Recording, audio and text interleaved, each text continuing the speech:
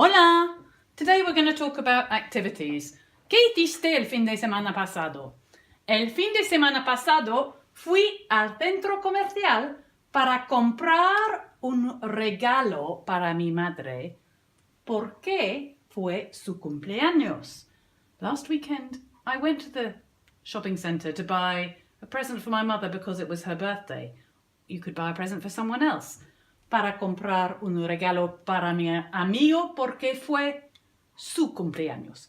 Para ir al cine porque fue mi cumpleaños. Okay, bring a birthday in. They're often asking about birthdays in GCSE. Okay, so you have to go somewhere in order to do something because they love a para with infinitive. Okay, so you've got to put that in. If it's in the future tense, you're going to say el fin de semana próximo iré. There's your future tense of ir. I will go al centro comercial para comprar un regalo para mi amigo porque es su cumpleaños, because it is his birthday, or porque será su cumpleaños. But you can probably get away with because it is.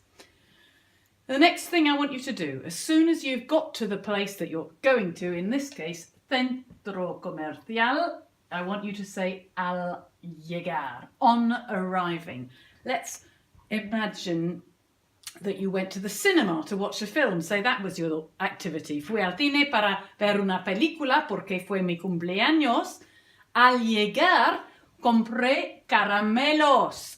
I bought sweets. On arriving, I bought sweets. But it's al llegar that they want to see. Compré caramelos and then los comimos viendo la película. We ate them watching the film.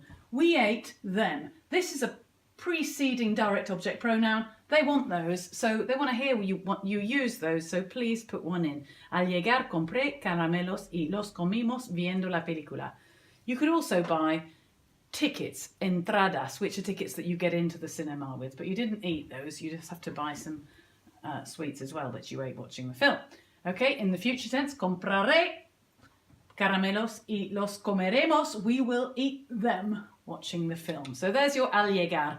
One more thing I want you to use is antes de plus infinitive, before going home. You could also say después de, but you must use one of them, okay? Antes de or después de. And here I've said before returning home we had a coffee, and before returning home we will have a coffee. We're just going to use antes de and al llegar in both the past and the future, so they're super useful. And here's the después, which is your alternative word. Okay, después or antes de volver.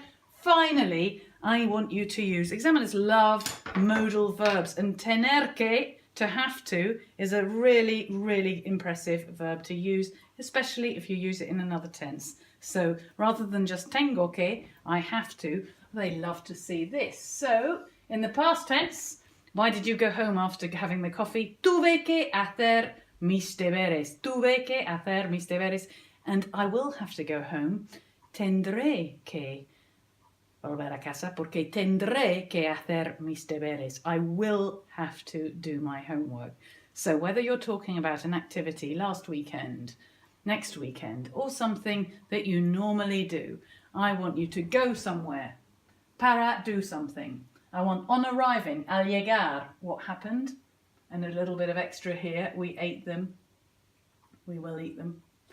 Then I want antes de or después de. And then I want I had to or I will have to. Okay, so that's 4 things I need you to include in every single activity story. Okay, gracias y adiós.